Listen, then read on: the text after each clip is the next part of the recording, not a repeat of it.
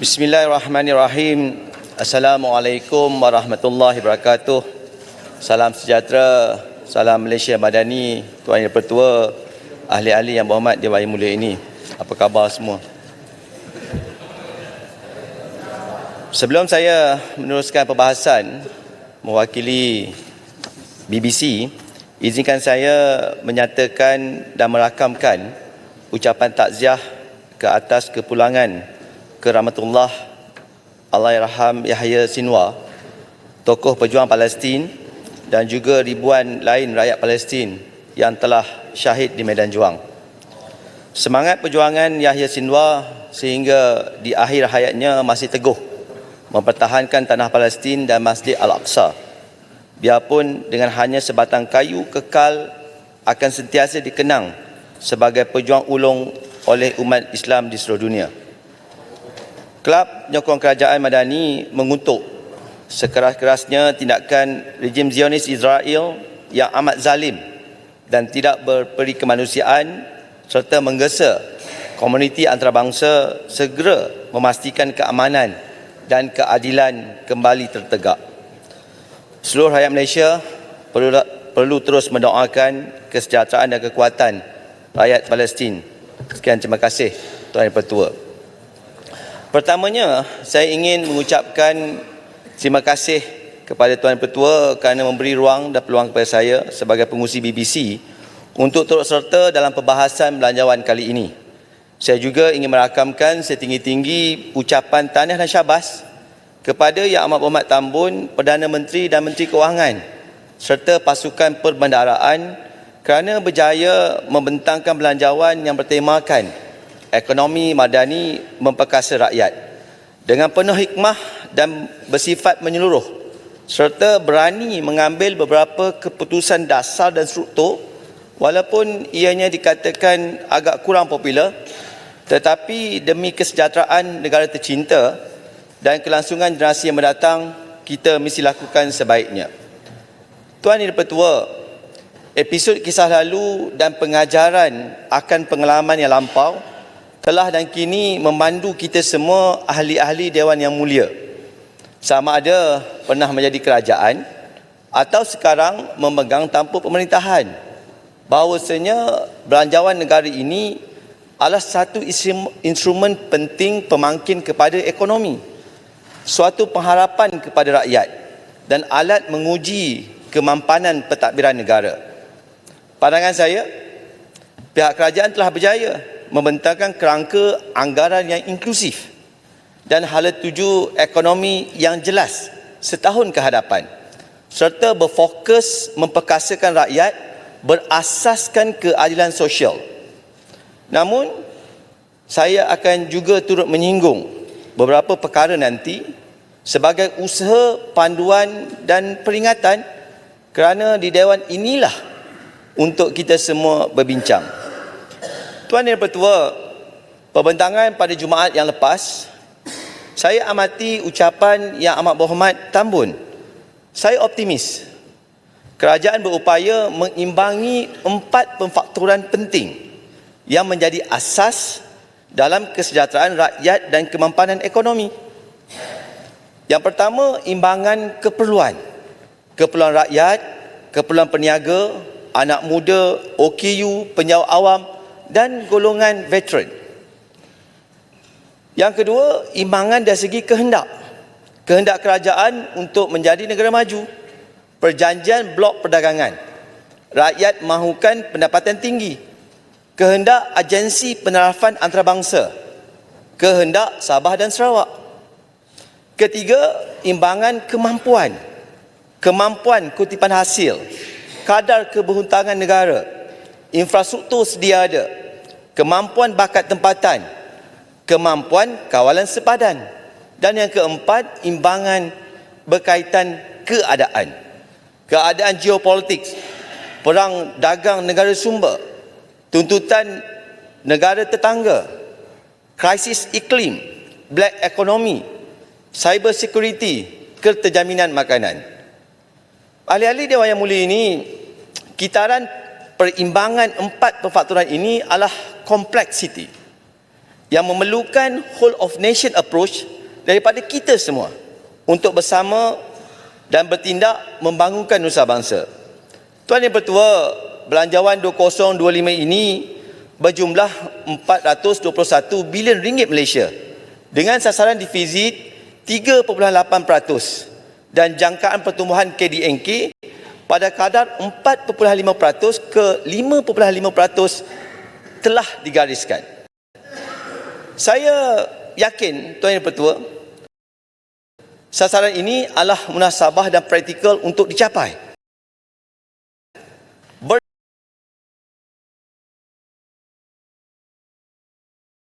Berdasarkan beberapa asas penting kepada backdrop semasa ekonomi Malaysia yang kembali mengukuh keyakinan pasaran global dan domestik. Keyakinan saya terhadap belanjawan ini berpaksikan kepada 5 asas yang penting. Asas pertama dari segi pertumbuhan KDNK dan pelaburan Malaysia. Alhamdulillah, Tuan Yang Bertua, prestasi ekonomi kita semakin kukuh dibuktikan dengan pertumbuhan KDNK separuh pertama 2024 pada kadar 5.1%, di mana suku pertama 4.2%, suku kedua 5.9%. Mungkin ada pihak yang mengaitkan angka yang baik ini adalah low base effect, kesan asas yang rendah merujuk kepada tahun sebelumnya. Namun Tuan Yang Bertua, jika kita lihat pertumbuhan suku ke suku, quarter on quarter, 1.5% pada suku pertama, 2.9% pada suku kedua, dan saya kira inilah asas yang patut diambil kira memandangkan angka tersebut melepasi kadar pertumbuhan median quarter on quarter pasca COVID yang hanya berlegar pada kadar 1.4% hingga 1.5%. Pasaran buruh juga telah mencapai guna tenaga penuh. Jumlah pelaburan yang diluluskan pada separuh pertama 2024 dengan pertumbuhan sebanyak 18%. Ia dipacu pertumbuhan 9.1% pelaburan domestik. Pelaburan asing yang mencatat kenaikan sebanyak 16.7%. Aktiviti pelaburan swasta juga telah berkembang pesat. Nisbah pelaburan swasta kepada KDNK semakin meningkat, 17.8% pada separuh tahun pertama 2024 berbanding 15.5% yang dicatatkan keseluruhan pada tahun lalu. Asas dan kekuatan pertumbuhan inilah, Tuan Yang Bertua, membuatkan Bank Dunia meningkatkan unjuran pertumbuhan KDNK Malaysia tahun ini kepada 4.9% berbanding unjuran awal 4.3% sebelumnya, dan menjangka negara yang kita sayangkan ini akan mencapai negara berpendapatan tinggi menjelang 2028. Tuan Yang Bertua, asas yang kedua adalah prestasi ringgit. Saya akui bahawa prestasi ringgit sebahagian besarnya dipengaruhi oleh faktor luaran. Penurunan kadar faedah Federal Fund Rate FFR di sebanyak 50 mata asas telah mengurangkan jurang perbezaan di antara OPR dan FFR daripada 2.5% kepada 2.0%. Ini pasti memberi kesan positif kepada nilai ringgit. Kadar faedah global juga telah mencecah ke paras puncak dan kadar faedah yang kekal sama di Malaysia. Nilai ringgit juga meningkat berbanding negara-negara serantau. Namun kita tidak boleh menyangkal, Tuan Yang Bertua, data yang menunjukkan ini juga melibatkan isu fundamental yang menyumbang kepada pengukuhan ringgit dan menjadikan prestasi berbanding dolar Amerika Syarikat adalah terbaik di negara-negara Asia. Usaha dan strategi kerajaan meningkatkan permintaan ringgit memberikan sumbangan positif terhadap prestasi ringgit. Bank Negara Malaysia juga dijangka akan mengekalkan kadar faedah yang stabil. Inflasi dijangka kekal terkawal. Ia akan menyokong lagi ringgit ketika bank-bank pusat di serantau mula melonggarkan dasar monetary. Tuan Yang Bertua, kestabilan politik dan reformasi kepada dasar ekonomi yang telah dijalankan oleh kerajaan Madani memainkan peranan penting dalam meningkatkan keyakinan pelabur asing terhadap ekonomi Malaysia. Bukti yang jelas dapat dilihat apabila pelabur asing mencatat belian bersih dalam pasaran bond dan equity pada suku kedua dan suku ketiga tahun ini. Ini menandakan kepercayaan mereka terhadap potensi pertumbuhan dan kestabilan ekonomi negara, dan ini yang harus kita tambah baik dan kekalkan. Asas ketiga dari sudut fiskal dan penarafan antarabangsa, Tuan Yang Pertua, pertumbuhan hutang Kerajaan Persekutuan dilihat semakin positif. Pertumbuhan hutang telah perlahan kepada 7.2% berbanding pada puncaknya pada tahun 2021 suku kedua, iaitu 12.2%.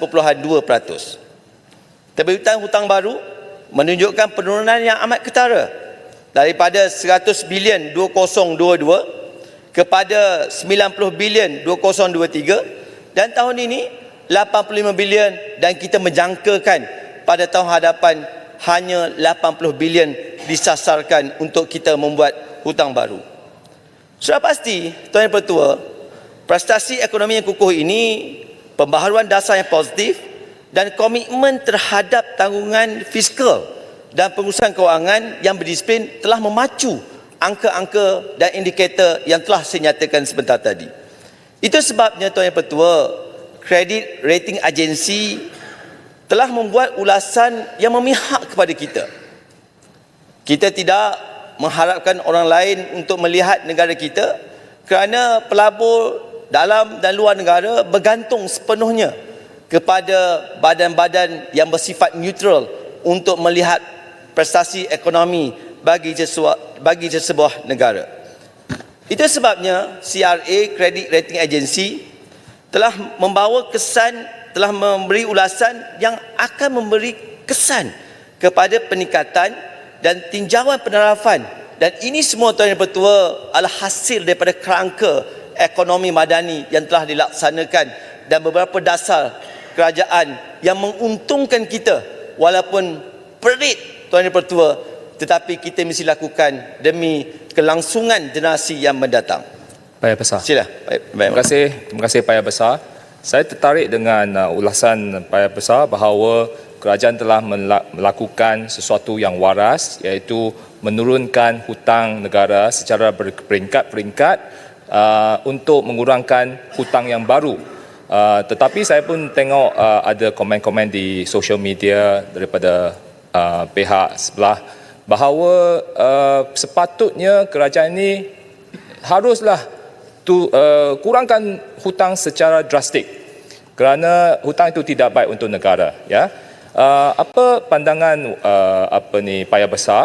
Adakah kalau kita turunkan hutang secara drastik, adakah ia akan menjejaskan pembangunan rolling plan yang telah dirancang untuk kebaikan negara, pembangunan negara?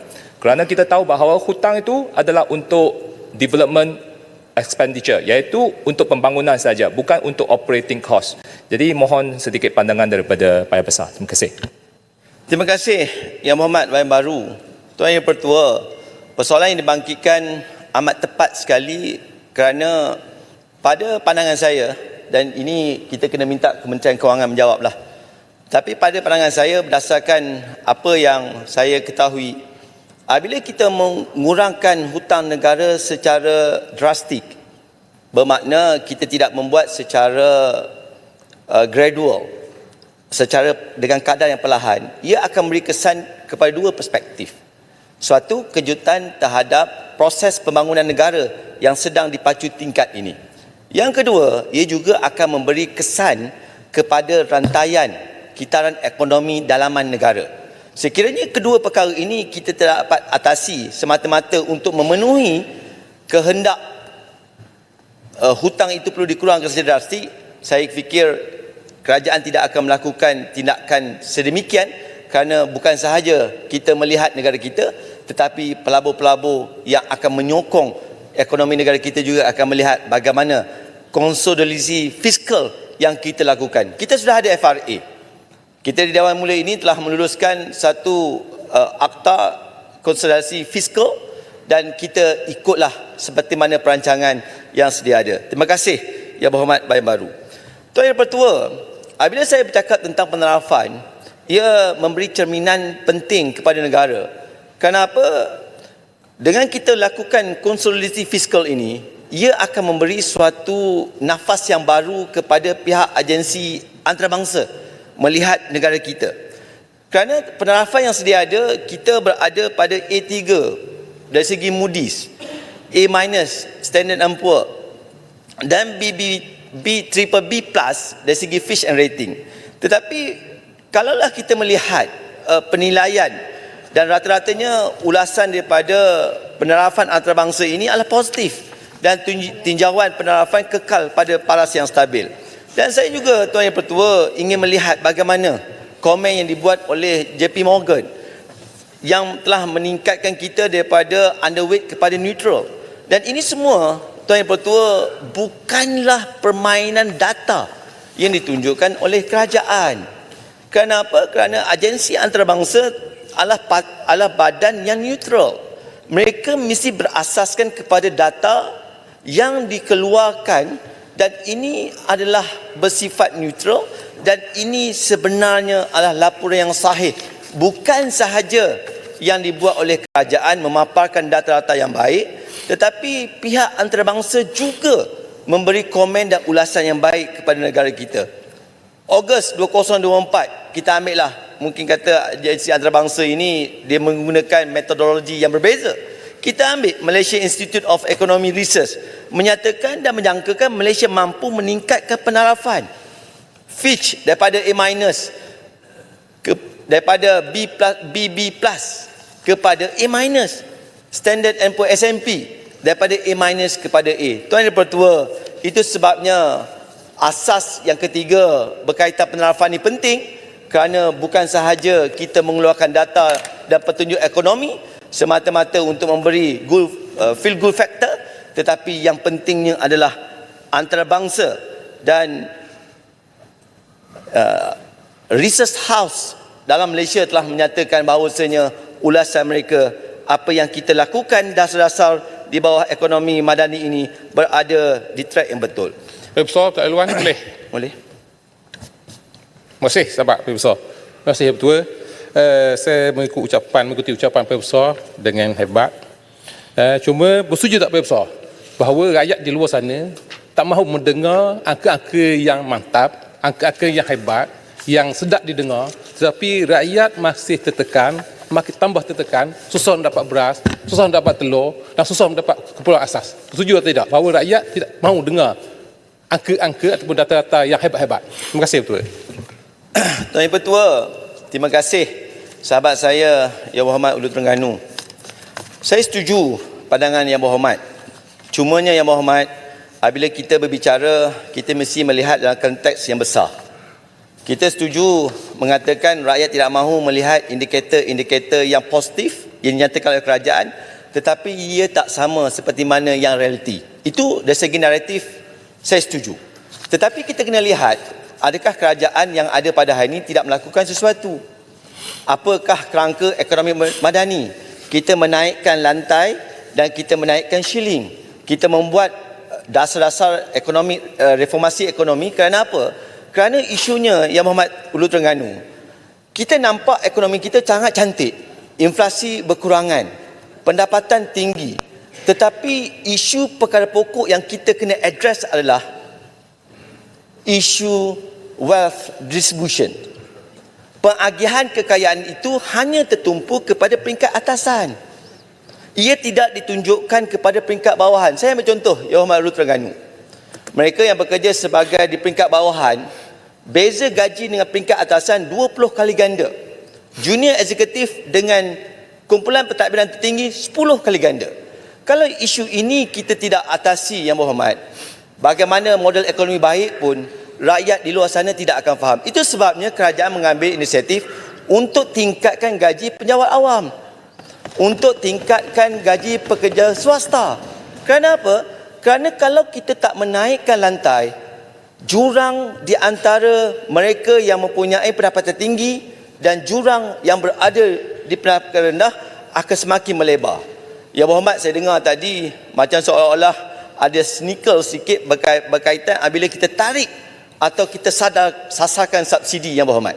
Yang Berhormat, kalau kita naikkan lantai, kita masih bagi subsidi kepada mereka yang mempunyai pendapatan tinggi, ia tidak guna kita menaikkan lantai. Ini akan melebarkan lagi. Itu sebabnya kita ambil kepada mereka yang layak dicukaikan dan kita letakkan platform supaya mereka berdapatan rendah, terutamanya B40 dan M40 lower bracket, akan mendapat kemudahan. Kenapa kita meningkatkan lantai mereka supaya mereka duduk sama rendah, berdiri tinggi dalam negara kita. Tuan Yang Pertua, izinkan saya meneruskan asas yang keempat. Kutipan hasil cukai, Tuan Yang Pertua. Kita tahu kerajaan telah umumkan kita berada di tahap 12.6% dan sekurang-kurangnya Bank Dunia mengesyorkan kita berada pada kadar 15%. IMF menyatakan kita kena lakukan pendekatan cukai ini mengikut negara. Tak boleh kita nak bandingkan dengan jiran tetangga atau negara tetangga, dan kita lakukan untuk negara kita kerana lain negara, lain demografi, lain negara, lain bentuk ekonomi, dan bagaimana ekonomi drive dalam sektor-sektor tertentu akan mengubah landscape pendapatan atau kesejahteraan ekonomi negara. Yang pentingnya, Tuan Yang Pertua, konsep percukaian mesti berasaskan kepada 3 konsep yang utama: efisiensi, equality dan revenue, kecekapan, keadilan dan hasil. Itu sebabnya apabila kerajaan melakukan reformasi cukai, pengagihan cukai itu mesti yang adil. Pengenaan cukai itu mesti kepada mereka yang tepat.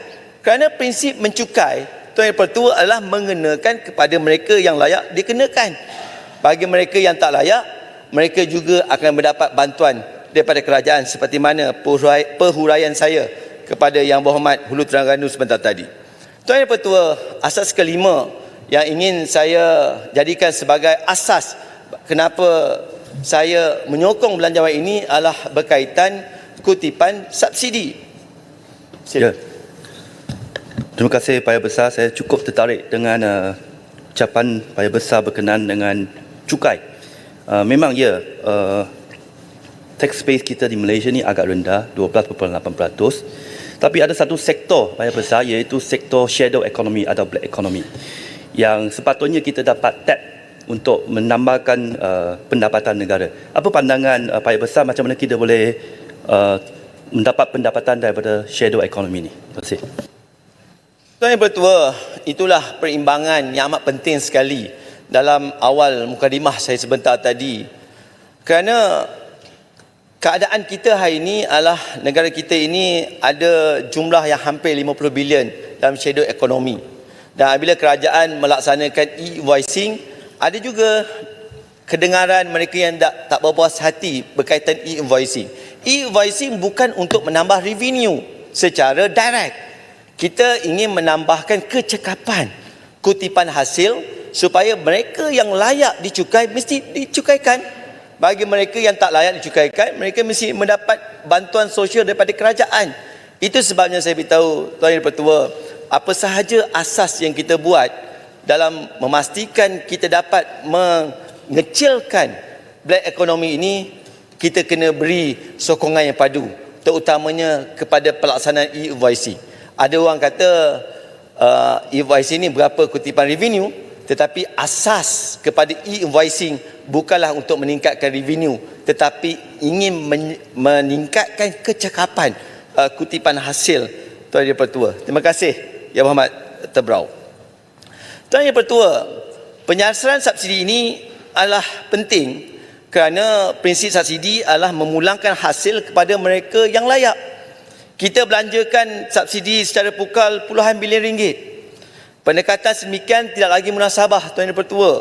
Sedangkan negara terhimpit dengan ruang fiskal yang agak terhad. 40% subsidi petrol bernilai 8 bilion ringgit dinikmati oleh 15% golongan teratas. 85% tidak terkesan dan kerajaan akan terus menanggung subsidi yang dianggarkan 12 bilion ringgit, Tuan Yang Dipertua. Bayangkan Tuan Yang Dipertua, 8 bilion ringgit satu jumlah yang cukup besar, dan ini sebenarnya memberi gambaran bahawasanya asas kepada penyelesaian subsidi ini kita berasaskan kepada keadilan sosial, ya, di mana ini adalah perkara untuk kita mendukung usaha konsolidasi fiskal, dan ini tidak boleh lagi kita tangguh bagi kita memastikan kemampanan keuangan negara. Dan saya harap sangat Tuan Yang Dipertua, kerajaan mesti berusaha meminimumkan ketirisan dalam pengagihan subsidi yang dibuat nanti. Exclusion error or inclusion error. Tambah baik mekanisme bantuan tunai sedia ada berbanding mengkaji dan membina sistem yang baru yang akhirnya tidak mencapai objektif asal penjimatan dana kerajaan. Tuan Yang Dipertua, keempat pertimbangan saya telah nyatakan.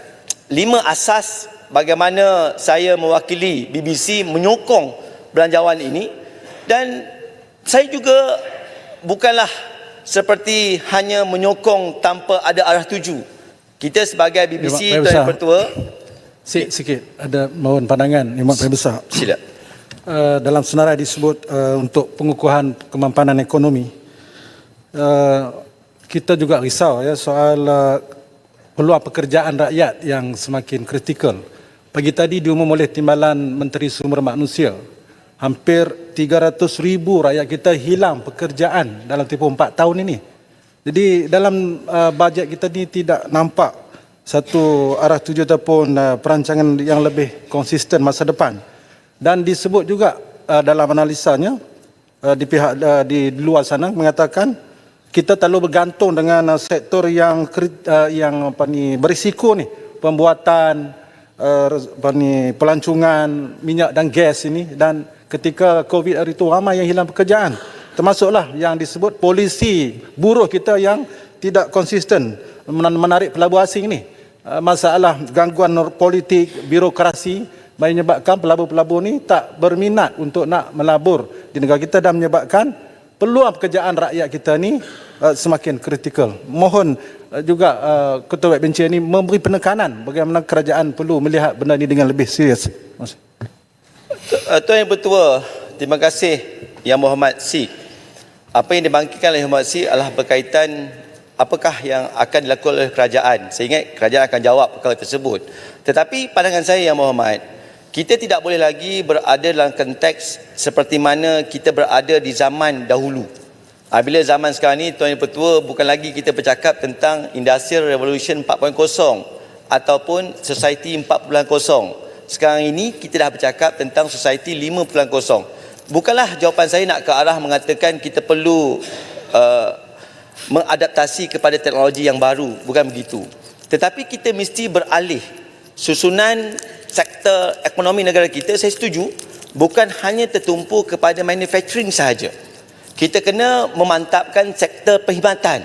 Bukan sahaja sektor perkhidmatan berkaitan pelancongan, tetapi kita juga kena menggunakan keupayaan yang ada. Berasaskan seperti mana disebut oleh Yang Berhormat Ketua Bangkang tadi, adalah kita ada natural resources.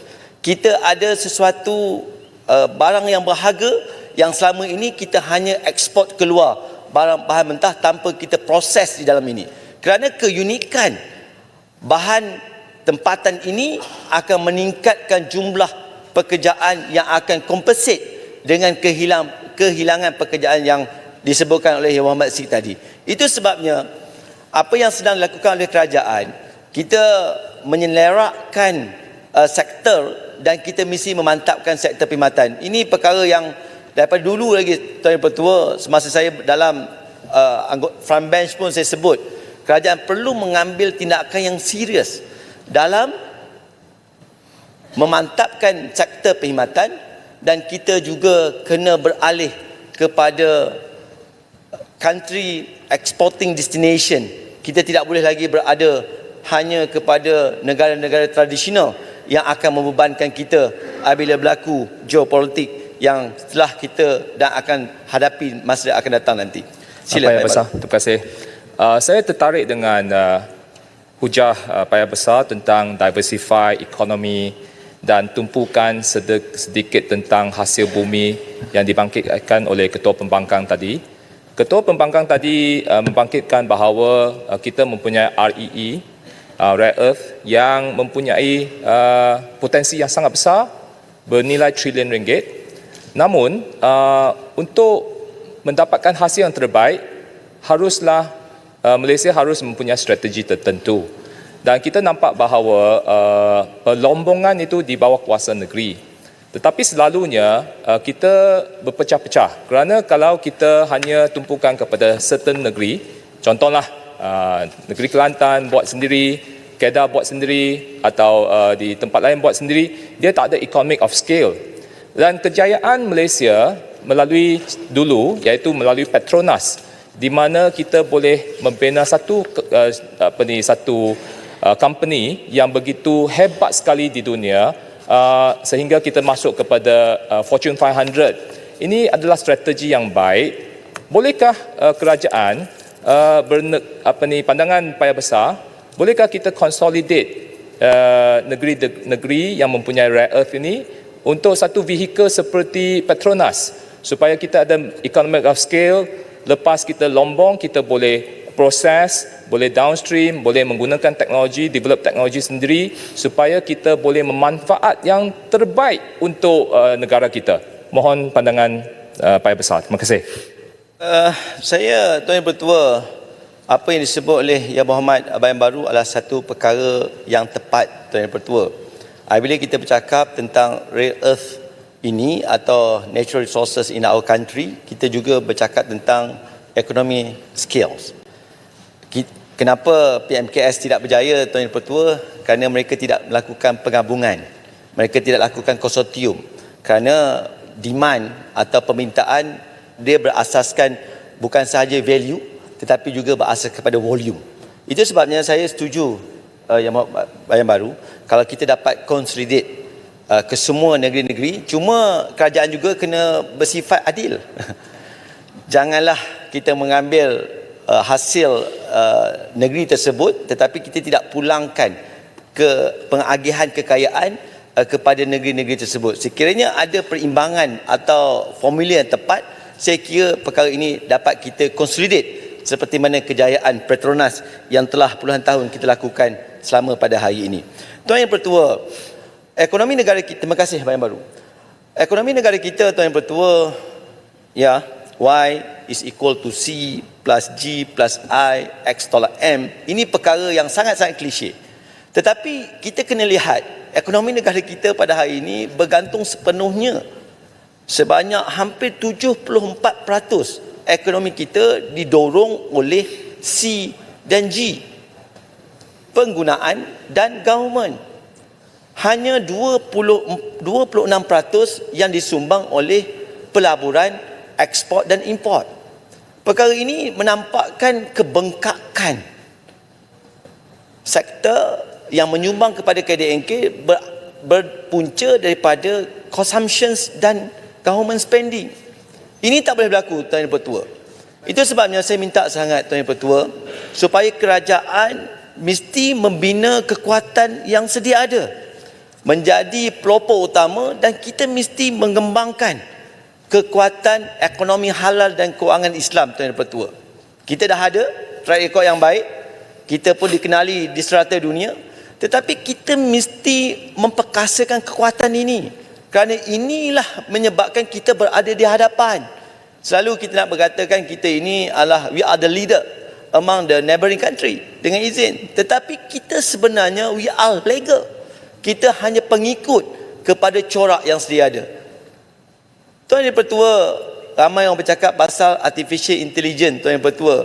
Sekarang ni di luar negara sudah tak bercakap tentang artificial intelligence. Mereka bercakap tentang XAI, explainable artificial intelligence. Orang dah tak bercakap pasal 5G. Negara kita barulah nak melakukan langkah-langkah untuk pemantapan 5G. Di luar sana sedang meneroka dan membuat framework kepada 6G. Kenapa saya sebutkan ini, Tuan Yang Pertua? Kerana kita ada kekuatan. Kita ada kekuatan yang perlu diberikan perhatian. Kita lihat kita lihat jumlah perdagangan 8 bulan pertama 2024, peningkatan 10.9%.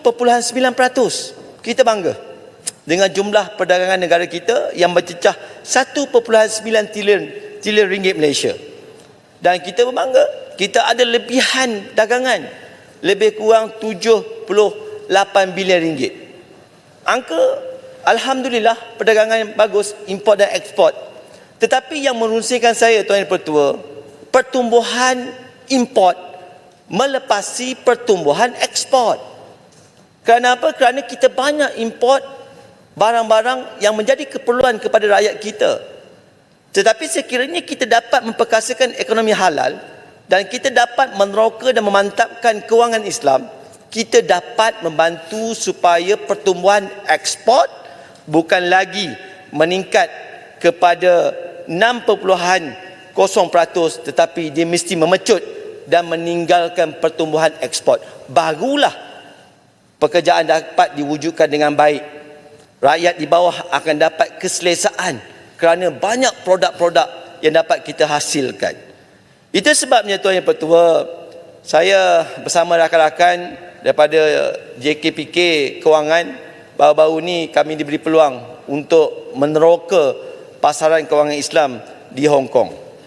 Mereka amat menghormati Malaysia kerana Malaysia masih merupakan pasaran sukuk terbesar di dunia.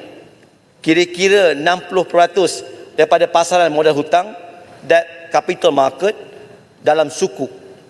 Sukuk global kira-kira 900 bilion USD. Sukuk yang terbesar, Tuan Yang Pertua, 30% terasnya adalah negara GCC. Dan daripada 1 trilion pasaran hutang global ini, 37% datang daripada suku, Tuan Yang Pertua. Itu sebabnya apabila kita pergi ke Hong Kong, Tuan Yang Pertua, saya ingin berkongsi dengan ahli-ahli Dewan yang mulia ini. Hong Kong melihat Malaysia sebagai peneraju kewangan Islam dan mereka memerlukan fasilitis yang sama di negara mereka. Kerana Hong Kong tidak boleh lagi bergantung sepenuhnya kepada ekonomi China. Mereka sedang meneroka bagaimana untuk membawa flow in allocations atau kewangan daripada Middle East ataupun negara GCC. Mereka perlukan Malaysia kerana mereka ingin mewujudkan ekosistem Muslim friendly destination yang pastinya akan ada industri halal di sana dan yang pastinya ada kewangan halal di sana. Dan kalau kita lihat, Tan Sri Pertua, ini peluang yang besar. Tetapi pasaran halal global pada 2030 dijangka 5 trilion USD. Kita dalam dunia ni hanya dapat penuhi 20% sahaja permintaan. Malaysia dapat ekspor produk 53.7 bilion ringgit Malaysia. Bagus untuk Malaysia. Tetapi kalau kita lihat secara terperincinya, Tuan Yang Pertua, kita hanya tertumpu kepada F&B, food and beverage atau food processors. Kita tidak pergi kepada industri-industri bernilai tinggi. Pharmaceutical hanya 1% saja. Kimia industri 2%. Produk derivatif kelapa sawit 3%. Domestik 7%. Yang sepatutnya kita meneroka dan memantapkan industri halal kita kepada high growth, high value. Itu sebabnya, Tuan Yang Pertua, perkembangan ekonomi halal akan membuka peluang pekerjaan profesional dan memerlukan pensijilan khusus. Inilah agenda yang dibawa oleh kerajaan, iaitu high growth, high value. Namun, ingin saya tekankan, isu yang membelenggu pemain industri domestik tentang graduan berkelulusan pengurusan halal yang dianggap agak terbatas hanya menguruskan pensijilan halal sahaja. Saya percaya sijil pengurusan halal ini sewajarnya menjadi nilai tambah kepada mahasiswa. Modul ini juga turut dapat diperkenalkan kepada mahasiswa dalam bidang pengurusan hotel, pelancongan, sains gunaan dan pelbagai lagi. Tuan Yang Pertua, daripada jumlah yang saya sebutkan tadi 53.7 bilion, Tuan Yang Pertua, bukannya datang daripada PMKS. Kebanyakan datang daripada MNC atau syarikat-syarikat yang besar. Itu sebabnya kalau kita ingin memantapkan perkara ini, kita kena pastikan bagaimana proses syarikat-syarikat di akar umbi itu dapat kita mantapkan. Saya ucapkan tahniah kepada Yang Amat Berhormat Timbalan Perdana Menteri. Daripada 3 bulan persijilan halal dapat dikurangkan kepada 1 bulan, dan baru-baru ini diumumkan dapat dikurangkan kepada 20 hari untuk mendapat sijil halal. Ini satu tindakan yang harus dipuji yang diterajui oleh Yang Amat Berhormat Baginda Datuk. Tuan Yang Pertua, tahun depan dan sekarang ni kita akan menjadi pengerusi ASEAN pada tahun depan. Saya ingin mencadangkan kepada kerajaan untuk kita mengukuhkan hubungan diplomatik dan kerjasama ekonomi di peringkat ASEAN. Saya mencadangkan penubuhan pusat latihan penyelidikan halal ASEAN, dan kita juga kena mengkaji Asian Shariah Stock Exchange untuk menjadikan ASEAN ini yang populasinya hampir 700 juta ini dapat menjadi peneraju kewangan Islam global. Setakat hari ini, Tuan Yang Pertua, kalau kita pergi kepada pasaran equity, kita hanya ada syariah pergi ke kuanter. Kuanter syariah, kaunter syariah, kaunter syariah ini, kaunter syariah itu, tetapi kita nak ada stock exchange yang comply kepada syariah. Itu yang saya sebutkan, saya mencadangkan supaya pihak ASEAN untuk menerokai sebuah common platform trading yang disebutkan Asian Shariah Stock Exchange. Tuan Yang Pertua, usaha yang kedua adalah kos sara hidup ini. Saya akui seperti mana Yang Berhormat Hulu Terengganu sebutkan tadi, kita dapat merasai, dan ahli-ahli wakil rakyat di Dewan Mulia ini amat merasai, kerana kita berhadapan dengan rakyat yang menghadapi tekanan kos sara hidup yang meningkat. Cumanya kita kena pergi kepada perkara asas, Tuan Yang Pertua. Kenapa kos sara hidup ini meningkat? 2 perkara. Satu, gaji yang rendah. Yang kedua, kos makanan yang tinggi. Bab gaji, saya dah nyatakan tadi pandangan saya menjawab soalan daripada ahli yang berhormat. Cumanya kos makanan tinggi ini adalah akibat daripada import. Dan kita juga kena akui, bila kita lakukan sesuatu tanpa memikirkan pada masa-masa yang mendatang, ia akan memberi kesan. Sebagai contoh, Tuan Yang Pertua, kalaulah 30 tahun dahulu kita berbincangkan pasal food security, kita tidak akan hadapi jumlah import makanan pertanian mencecah kepada 71.6 bilion ringgit Malaysia. Ya, kita akui perubahan iklim, bencana alam memberi kesan kepada pengeluaran domestik, tetapi sekiranya kita dapat lakukan sesuatu pada masa-masa yang terdahulu, ia akan memberi kesan kepada kita. Sekurang-kurangnya jumlah import makanan daripada luar negara tidaklah setinggi apa yang kita hadapi pada hari ini. Boleh tanya sikit, mohon? Boleh. Ya, Berhormat Pak Besar, terima kasih. Fenomena kita ekspor makanan ini bukan berlaku saja di negara kita, bahkan berlaku di negara jiran termasuk Indonesia. Saya masih sedar, yaitu di Indonesia pada satu ketika harga cili padi mencecah kepada $40 1 kilo. Jadi ikuran daripada peristiwa-peristiwa itu, maka presidennya pada satu ketika mengarahkan Menteri Pertanian untuk membuat transformasi pertanian, dan mereka telah mentransform seluruh daripada atas sampai bawah di pertanian. Dan hari ini Indonesia, dia telah berjaya mengeluarkan hasil pertanian untuk kegunaan negara dia tanpa perlu mengimport sebanyak 9 jenis. Di Malaysia sudah ada berapa jenis? Agak-agak kita ada seperti ini. Terima kasih Yang Berhormat Kinabatangan. Saya mengambil pandangan Yang Berhormat Kinabatangan apabila merujuk kepada Indonesia, Tuan Yang Pertua. Itu yang saya sebutkan tadi, Tuan Yang Pertua. Tak guna kita mempunyai ekonomi yang berteraskan kepada teknologi, tetapi nasib kedaulatan makanan negara kita tidak capai. Kita boleh lakukan, Tuan Yang Pertua. kita ada JLC, kita ada JLIC.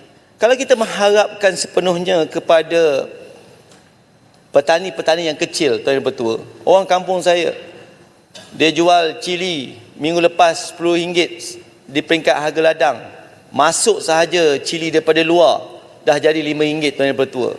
Itu sebabnya kalau kita ada seperti mana yang saya jawab pada Yang Berhormat Bayan Baru sebentar tadi, masalah kita adalah economy of scale, Tuan Pertua, Yang Berhormat Kedabatangan.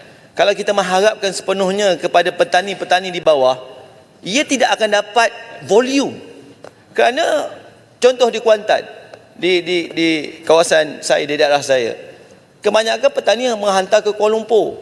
Kuala Lumpur ada pusat dagangan, pengumpulan semua hasil-hasil pertanian, dan hotel di Kuantan membeli daripada Kuala Lumpur. Bayangkan Tuan Pertua, kenapa perkara ini tidak dapat kita selesaikan. Itulah menyebabkan kos sara hidup tinggi walaupun bagaimanapun kerajaan sedang lakukan sesuatu. Terima kasih Yang Berhormat Kinabatangan. Saya harap sangat. Garis sikit Pak Yusof. Sila. Okay. Terima kasih Pak Ibu Besar, terima kasih Yang Diber. Saya juga ingin memberikan pandangan kepada Pak Ibu Besar. Setuju tak bahawa berkaitan dengan kita punya bekalan makanan, food security dan sebagainya ni, pernah digerakkan satu ketika di bawah agensi kerajaan tadi Yang Berhormat Pak Ibu Besar sebut, tentang gedung makanan negara ni, dan dibelanjakan ratusan juta pernah dilaksanakan. Dan sekarang ni kita tengok pun di kawasan kita, Pak Ibu Besar anak penuka Felda, saya pun anak penuka Felda, ada banyak tanah di kawasan Felda kita tu yang kalau dimanfaatkan oleh generasi kita boleh memberikan bukan sahaja sumber makanan kepada kita, tetapi juga memberi pendapatan kepada mereka, sementara kita ada banyak masalah tentang pendapatan generasi ini. Jadi bagaimana Pak Ibu Besar melihat mungkin ada satu dasar yang boleh dikuatkuasakan untuk supaya 317 tanah rancangan Felda sekurang-kurangnya, tak termasuk Felka dan Risda ni, boleh menjadi tempat untuk mendaya kita punya food security. Terima kasih. Itu yang saya sebutkan tadi, Tuan Yang Pertua, Yang Berhormat Tenggara, terima kasih atas persoalan. Bila kita bercakap tentang economy of scale ini, ia amat penting. Dan saya mengharapkan supaya GLC dan JLC menerajui perkara ini. Betul kita ada tanah yang besar, tetapi business model yang dikemukakan itu memihak kepada kapitalisme, bukan memihak kepada pemilik tanah tersebut. Jangan ada imbangan seolah-olahnya win-lose situations. Kita mesti memberi kejelasan kenapa anak-anak mereka, petani-petani bukan lagi anak-anak petani seperti mana 40 tahun yang lepas. Anak mereka juga berpengetahuan dan berpelajaran, dapat menilai bagaimana bisnes model dicadangkan oleh syarikat-syarikat tertentu. Itu sebabnya peranan ini mesti diambil oleh JLC ataupun JLC untuk menerajui supaya kesan keuntungan dan kesan kepada kedaulatan makanan ini dapat kita selesaikan sebaik mungkin. Tuan Yang Pertua, usaha yang ketiga adalah berkaitan tentang latihan pendidikan dan emerging of technology. Laporan Bank Dunia terkait dengan peningkatan pengangguran berkaitan kemahiran SRU meningkat 27% pada tahun 2010 kepada 37% pada tahun 2022. Saya akui kerajaan ada ambil tindakan. Okey, saya tak ada masalah perkara itu. Cumanya saya ingin menekankan bahawa kita tidak boleh melupakan aspek yang penting, iaitu peningkatan kemahiran pensyarah. Kita ingin tingkatkan keupayaan mahasiswa, tapi kita terlupa bahawa pensyarah itulah yang akan mendidik anak bangsa kita. Pensyarah itulah bukan sekadar menyampaikan maklumat atau ilmu, tetapi juga bertindak sebagai ejen perubahan, membentuk generasi masa depan. Mereka ini perlu disediakan dengan kemahiran terkini. Peruntukan yang lebih besar mesti diberikan kepada latihan dan peningkatan pensyarah. Pensyarah yang tidak diberi peluang untuk menguasai teknologi baru akan ketinggalan, dan ini akan memberi kesan negatif kepada pelajar yang mereka didik. Seperti mana yang saya sebutkan tadi, Tuan Yang Pertua, Society 5.0 bukan tahun ini dibincangkan di negara Jepun, Tuan Yang Pertua, telah dibincangkan pada tahun 2016. Bayangkan Tuan Yang Pertua, selepas 8 tahun barulah kita berkial-kial nak berbicara tentang Society 5.0. Belum lagi kita bercakap tentang kegemukan maklumat, information obesity, atau lebih mudahnya infobesity. Perkataan-perkataan jargon ini dah dibincangkan lama di luar negara, Tuan Yang Pertua. Itu sebabnya pensyarah ini mempunyai peranan yang penting untuk mereka meneroka ilmu yang baru dan mereka bawa balik ke bilik-bilik kuliah, ajar anak-anak kita, Tuan Yang Bertua. Itu sebab kita mesti melabur dalam bakat pensyarah kita. Dalam revolusi digital, pensyarah harus menjadi peneraju dalam memahami dan mengaplikasikan teknologi-teknologi baru ini. Tuan Yang Bertua, saya harap satu kerangka kolaborasi antara universiti dan industri mesti disediakan dan diperkasakan. Kita mencontohi BRAIN Korea 21, BK21 di Korea Selatan telah berjaya mengukuhkan kedudukan universiti mereka dalam arena global. Dengan suntikan dana yang besar kepada pembangunan pensyarah, universiti di Korea Selatan kini adalah antara universiti yang terkemuka, terutamanya dalam bidang teknologi dan inovasi. Selain itu, kita boleh lihat program pendidikan dual di Jerman menggabungkan latihan akademik dengan latihan industri. Malaysia boleh lakukan model yang serupa, Tan Sri Pertua, dan kita harap kerajaan dapat memperuntukkan sebuah dana khas kepada Kementerian Pendidikan Tinggi untuk mewujudkan dana khas Future Ready Academia. Bukan sahaja Future Ready graduate, tetapi kita kena ada Future Ready Academia. Tuan Yang Dipertua, usaha yang keempat, ESG dan biodiversity. Payah besar sikit tentang pensyarah tadi tu, boleh? Saya setuju pandangan Payah besar supaya pensyarah kita ni diberi kemahiran dan latihan lah untuk supaya graduate universiti ni lebih mahir. Apa pandangan Payah besar apabila UKM baru ni mengenakan sekatan supaya pensyarah tidak membuat kenyataan bersifat umum, tak boleh menyuarakan pandangan terhadap dasar-dasar dan apa benda perkara isu yang berlaku. Adakah tindakan UKM ini menyebabkan pensyarah tadi dia agak tersekat? Sepatutnya dia kena memberi ruang hari akademik untuk melontarkan keilmuan mereka kepada masyarakat. Kemudian terserahlah kepada kerajaan nak nilai atau tidak. Apa pandangan Yang Berhormat Payah Besar? Terima kasih. Tuan Yang Bertua, terima kasih Yang Hormat Alustar membangkitkan perkara ini. Saya ada sikit perbezaan pandangan daripada Yang Berhormat. Kerana ekosistem di universiti berbeza dengan ekosistem Bakti Dewan Yang Mulia ini. Kerana di universiti itu ada pelbagai cita rasa, pelbagai pemikiran. Dan sudah pasti pensyarah ini mempunyai tanggungjawab sosial untuk membangunkan generasi yang akan datang. Sekiranya pensyarah tersebut telah menunjukkan pemikiran yang agak tidak bersifat umum terhadap apa yang dilakukan dalam kajiannya, sudah pasti ia akan memberi sikit sebanyak ketidaksenangan. Walaupun kita sudah ada pindaan Akta Universiti dan Kolej Universiti, pindaan daripada 1971 dahulu, tetapi kita biarkanlah ekosistem universiti ini, Tuan Yang Dipertua, Ahli Yang Berhormat, biarlah dia bersifat apolitical. Kenapa? Kerana kita nak memastikan di universiti ini adalah pusat untuk penerokan ilmu baru, penerokaan sesuatu framework atau kerangka menjadikan masyarakat Malaysia yang lebih baik. Dan ini dapat diterapkan, saya kira kita akan ada kilang yang baik, bukan kilang yang hanya terdorong kepada satu naratif sahaja. Terima kasih Yang Berhormat Alustar. Payah besar laluan sikit, pasir putih. Saya ada lagi 6 usaha ni. Sikit Boleh. Ini semua kawan-kawan ni.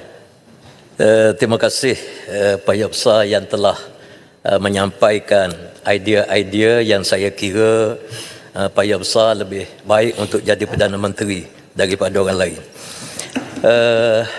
Apa yang disebut oleh Payah besar tadi saya agak menarik berkenaan dengan economy of skill yang ada dalam negara kita, sama ada dia membabitkan pensyarah, membabitkan generasi muda untuk mencipta sesuatu dalam negara kita sehingga negara kita menjadi negara pengeluar dan kita boleh mengeksport apa yang kita reka, kita create daripada kemahiran kita berbanding dengan kita import. Kalau kita lihat sekarang ini, macam-macam perkara ini kita import. Hatta benda kecil je, mesin ke apa ke yang diguna oleh para petani, kita import. Seolah-olah mahasiswa-mahasiswi dalam negara kita sebelum daripada ini seolah-olah mereka ini tidak memiliki kemampuan untuk mencipta sesuatu yang baru dalam negara kita, termasuk juga dalam isu-isu pertanian yang disebut oleh Payah Besar tadi sangat baik, supaya pertanian kita ni menjadi satu aset yang besar dalam negara kita, dan kita kebergantungan kita kepada negara luar itu biarlah makin hari makin minimum. Apa pandangan Yang Berhormat? Sekian, terima kasih. Terima kasih Yang Berhormat Pasir Putih. Saya memuji pandangan Yang Berhormat sangat jauh ke hadapan. Maknanya ada chance jadi Presiden PAS tak akan datang nanti. Saya dah nampak sekarang dah. Tuan Yang Bertua, Nanti UMNO ikut Pak. Tuan Yang Bertua, yang paling pentingnya bagi kita adalah kita mesti, saya faham ini perkara yang berlaku di peringkat universiti. Saya kira Yang Berhormat Pasir Gudang cuba address, dan Yang Berhormat Parit Sulong juga cuba address semasa mereka menjadi Menteri Pengajian Tinggi, iaitu bagaimana commercializations yang harus dilakukan di universiti itu mesti dibawa keluar. Gap ini kita kena isi, Tuan Yang Bertua.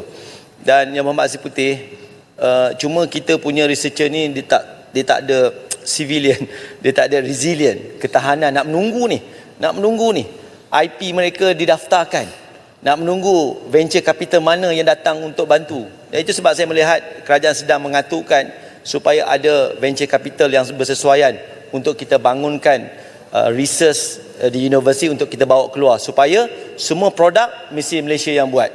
Saya seronok berada tempoh hari membentangkan paper di Tokyo University dalam bidang PhD yang saya lakukan dalam bidang AI. Saya lihat mereka lebih jauh ke hadapan bila bercakap tentang energy transitions. Mereka jauh sangat ke depan. Kerana apa? Kerana dalam energy transition, National Energy Transition Roadmap, perkara yang penting adalah efficiency, energy efficiency. Tetapi di Malaysia, energy efficiency produknya lagi mahal. Dan bagaimana orang kampung yang sepatutnya kita tolong tak diberikan subsidi untuk dapat energy efficiency produk. Energy efficiency produk selalunya tinggi, mahal. Tetapi di sana, di supermarket semua murah-murah, lampu LED, di kita mahal. Jadi perkara ini yang kita kena lihat secara holistik, dan saya yakin kerajaan sedang melakukan perkara ini. Tuan Yang Bertua, saya minta maaf saya tak bagi ni sebab saya nak pergi kepada 6 perkara yang penting. Biodiversity, Tuan Yang Bertua. Biodiversity ini adalah perkara yang amat penting. Kerana naratif kita sekarang ni hanya menumpukan banyak perkara kepada climate change. Kerana apa? Kerana kita nak memastikan carbon emission yang dilepaskan ke atmosfera yang akan mengganggu global surface temperature supaya kita kekal 1.5 darjah Celsius. Kalau lebih, dia akan berlaku melting di North Pole. Akhirnya air sungai akan meningkat dan banjir akan menjadi penampan apabila air sungai nak keluar. Ini perkara yang klise. Tetapi biodiversity sebenarnya, Tuan Yang Bertua, yang separuh dilepaskan di atmosfera, tetapi separuh disimpan dalam bumi.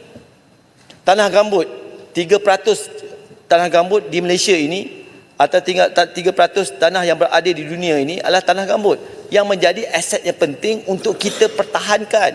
Dan itu sebabnya saya yakin dan percaya, Tuan Yang Bertua, kalau biodiversity ini dapat kita beri penekanan, dia akan berikan kesan sangat-sangat besar bagi kita mengatasi apa yang kita sebut pada hari ini krisis iklim. Tetapi kita lupa aset yang harga yang murah, kita tidak lakukan penyelesaian berdasarkan biodiversity. Kerana kalau kita lihat habitat lautan juga menyerap karbon dioksida CO2 yang murah berbanding kita membuat perancangan-perancangan yang besar. Saya harap kerajaan dapat memberi penekanan. EFT dah ada, Tuan Yang Bertua, tapi sikit sangat. Pengauditan di peringkat negeri kena lakukan berasaskan pada output. Usaha yang keenam, pasaran bond bagi pelabur runcit, Tuan Yang Bertua. Saya harap sangat, Tuan Yang Bertua, di Malaysia, retailers ini belum ada akses kepada bond kerajaan. Mereka hanya dapat melabur secara tidak langsung melalui unit trust dan ETF sahaja. Pandangan saya, supaya pasaran bond kerajaan dapat dibuka kepada pelabur runcit, kerana ini akan meningkatkan penyertaan meluaskan asas pembiayaan, meningkatkan kecarian pasaran dan akan memberi pilihan pelaburan yang selamat kepada rakyat kita. Penyertaan retailers di Bursa Malaysia melonjak 20.8% pada 2019 kepada 32.4% 2020 dengan bilion 14.3 bilion ringgit Malaysia. Dan sudah pasti ia melebihi pelabur institusi. Kita pernah buat kejayaan suku prihatin 666 juta ringgit dan menunjukkan ada minat pelabur runcit yang tinggi dan ini akan memberi potensi kepada bond kerajaan. Kalau kita lihat jiran Tuan Yang Pertua, Singapura dah buat, Indonesia dah buat, dan ini semua akan memberikan suatu ruang yang sangat penting. Usaha yang keenam Tuan Yang Pertua adalah kesetaraan bandar. Saya harap Urban Redevelopment Act ini kena dilihat sepenuhnya, walaupun konsen yang disebutkan oleh Yang Berhormat Menteri pagi tadi 80%, saya ingat kita kena tingkatkan kepada 90%. Kalau Hong Kong boleh buat 90%, kenapa kita berada pada tahap 80%? Walaupun kita nak berubah daripada 100% consent threshold tersebut Tuan Yang Pertua, tetapi kita kurangkan kepada 90%, kita tingkatkanlah pada 90% kerana ia akan memberi keselesaan dan keharmonian pada masyarakat tersebut Tuan Yang Pertua. Kesesakan salah satu perkara yang kita kena ambil kira. Akses kawasan hijau mesti ada, dan saya mengharapkan sangat supaya bukan sahaja urban redevelopment dibuat di kawasan bandar-bandar besar, tetapi perkara yang penting adalah kita selerakan, decentralize. Janganlah kita centralizekan kepada Selangor dan Kuala Lumpur saja Tuan Yang Pertua. Bandar-bandar yang sekitar, bandar-bandar yang kecil ini juga perlu kita usahakan. Tuan Yang Pertua, isu logistik. Ramai tadi ahli-ahli yang berhormat bangkitkan tentang ekonomi. Tetapi sebenarnya Tuan Yang Pertua, kita hadapi bottleneck. Kita paksa jangan jual komoditi kita. Kita proses komoditi kita. Kita pastikan ramai FDI datang tempat kita, buka kilang itu dan ini. Tetapi kita lupa bahawasanya kita punya pelabuhan, kita punya lapangan terbang tidak mencukupi untuk kita laksanakan jumlah yang besar. Saya ambil contoh Tuan Yang Pertua, sekiranya kita nak di Westport dan Northport, apa yang dilaporkan oleh World Bank, 88 average berthing delay, dia mengambil masa lebih kurang 9.3 jam nak tunggu kapal dock ni Tuan Yang Pertua di Westport. 9.3 jam terpaksa tunggu di luar perairan nak masuk. Di Northport 1.9 jam. Kalau kita dapat increase seperti mana kerajaan umumkan tempoh hari nak besarkan Westport, sepatutnya kita buat daripada dulu lagi Tuan Yang Pertua. Jangan esok kita ada produk tak boleh nak keluarkan kerana kita tidak ada port yang besar. Kalau kita lihat Boeing 747 dan Airbus memerlukan 9,000 hingga 12,000 kaki atau 2.7 km hingga 3.6 km runway untuk kita bawa airplane kargo yang besar. Kita bercakap tentang NSS Tuan Yang Pertua, National Semiconductor Strategy. Tapi tahukah kita, sedarkah kita, hampir 85% produk daripada semiconductor dieksport menggunakan airport. Maknanya kita perlukan ada airplane yang besar, kategori yang besar untuk kita ekspor. Itu sebabnya kita perlu bagi penekanan kepada airport-airport ini supaya ada runway yang panjang. Jangan nanti Tuan Yang Pertua kita buat produk, akhirnya cost doing business akan meningkat di logistik yang akhirnya kita tak dapat harga yang kompetitif. Profesor sekali lagi, ringkas. Boleh? Sikit je. Saya dah injury time ni. Sikit je. Saya setuju dengan apa yang Profesor kata tadi, betul. Memang berpandang jauh, layak jadi Menteri Ekonomi pun. Cuma bersetuju tak Bapak Ibu Besar bahawa apa yang dilakukan oleh Menteri Besar Kedah untuk bina KSP, untuk pemasaran dan juga proses pengimportan itu disokong sepenuhnya oleh kerajaan. Bersetuju atau tidak? Terima kasih, betul. Bagus Yang Hormat Luhut Terengganu ni. Masalah UMNO pun bagus, pergi ke Bersatu pun bagus. Layak jadi setiausaha Bersatu ni. Saya pun harian juga, saya minta Yang Hormat Bagus lantik Yang Hormat Luhut Terengganu sebagai setiausaha Bersatu. Saya melihat perkara yang paling pentingnya adalah betul Tuan Yang Pertua untuk mewujudkan satu airport yang baru, KXP. Dan saya semasa di Kementerian Kewangan tempoh hari pun ada juga meneliti perkara ini. Cumanya kita tidak ada masa, Tuan Yang Pertua. Kita tiada masa. Kerana kita perlu speed up the process. Kita lebarkanlah Penang Airport dahulu. Kita mantapkan Penang Airport, sekiranya ada lebihan yang besar dan sudah pasti dia akan mengalir. Dia tak akan pergi mana? Dekat sangat tu. Saya tahu sangat kawasan sana. Kerana kita ada Kuala Haitap Park semua kat situ. Tetapi kita pastikan kita dapat dulu. Kenapa? Jangan esok kita buat seperti mana pelbagai taman-taman perindasan yang kita ada, infrastruktur dah ada, tetapi pelabur tak ada. Ini perkara yang amat-amat penting. Usaha ke-8, Tuan Sri Betul, izinkan saya sikit masa, Tuan Sri Betul. Ini isu kawalan sepadan. Ini saya kena sebut. Kalau tidak, ahli-ahli jawatankuasa saya marah dengan saya. Kerana kami pergi ke Lahad Datu, Tuan Yang Pertua, untuk melihat Eskom. Dan Alhamdulillah, Tuan Yang Pertua, selepas 11 tahun Eskom diwujudkan, Eskom dapat declare kawasan Lahad Datu itu kawasan yang selamat. Masalahnya, Tuan Yang Pertua, adalah travel advisory note daripada beberapa negara tetangga yang tidak mendapat maklumat yang tepat terhadap apa yang sedang berlaku di kawasan Lahad Datu, Sepurna dan Tawau. Saya memaharapkan sangat supaya kerajaan kena mengambil langkah yang penting ini. Kerana apa? Kerana kita bukan sahaja beri peruntukan untuk kawalan sepadan, kita mesti membuat strategi communication yang baik supaya mereka tahu mereka datang ke Malaysia bukan sahaja dapat menikmati keindahan flora dan fauna, tetapi mereka juga dapat keselamatan yang baik di negara kita. Tuan Sri Pertua, ada 2 poin terakhir. Satu pasal payah besar, Tuan Sri Pertua.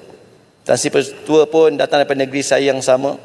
Kita ada ECRL di Pantai Timur dan di tempat saya ada Pahang Technology Park dan ada Gambang Halal Park.